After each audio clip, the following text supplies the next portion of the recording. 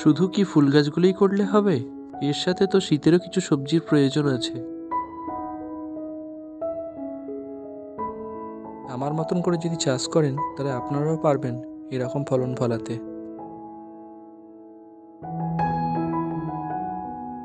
বাজারের বিষাক্ত সবজি খাওয়ার থেকে যদি এরকম ঘরেতেই যদি অর্গানিক উপায়ে সবজি চাষ করা যায় তাহলে কত না ভালো হয়।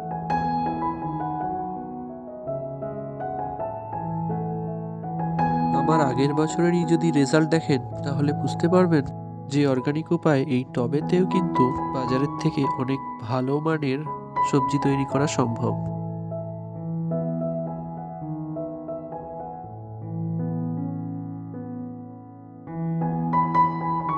অলরেডি পালং গাছের ভিডিওটা আপনাদের সাথে শেয়ার করেছি, আর আজকে বসাবো কপি চারা।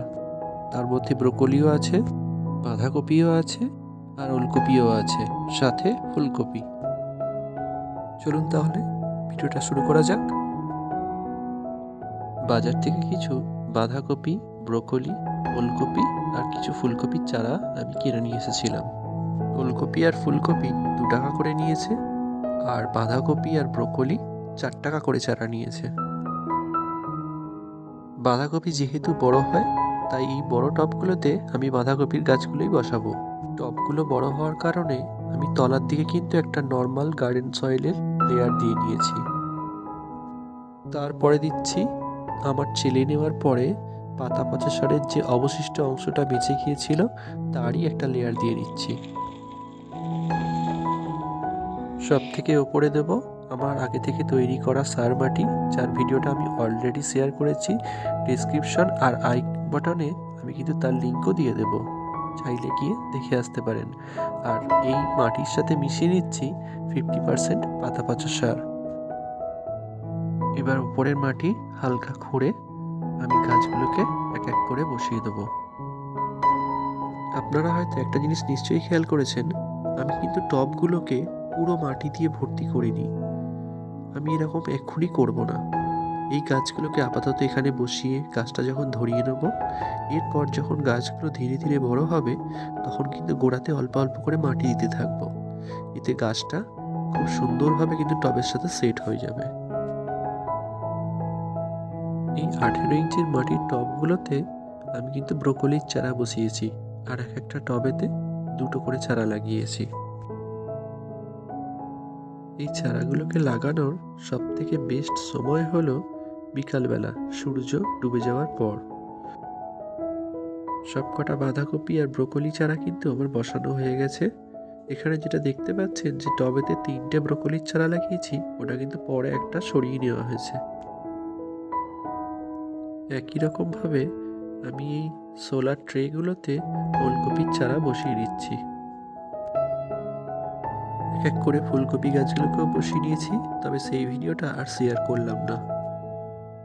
গাছগুলো সব বসানো হয়ে গেলে সবগুলো গাছকেই কিন্তু আমি 6 থেকে 7 দিনের জন্য একটু ছাওয়া জায়গাতে রেখে দেবো, যেখানে সরাসরি সূর্যের আলো আসে না।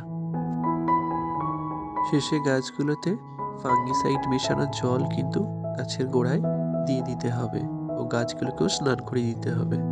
আমি এখানে ব্যবহার করব জৈব ফাঙ্গিসাইড ট্রাইকোডার্মা ভিরিডি, যেটা কোম্পানি প্যান্থার টিভি নামেও পাওয়া যায়।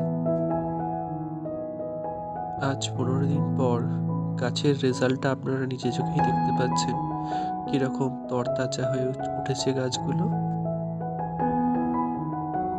এখন আমি গাছগুলোকে কিন্তু ফুল সানলাইটে রেখে দেবো। তবে আমার এতদিনের অভিজ্ঞতা থেকে বলছি, ওলকপি গাছ কিন্তু একটু আলো আঁধারই পছন্দ করে। যেখানে হালকা আলো আসে আর যেখানে হালকা ছাওয়া থাকে সেই জায়গাতে ওলকপি গাছ কিন্তু অনেক সুন্দর হয়।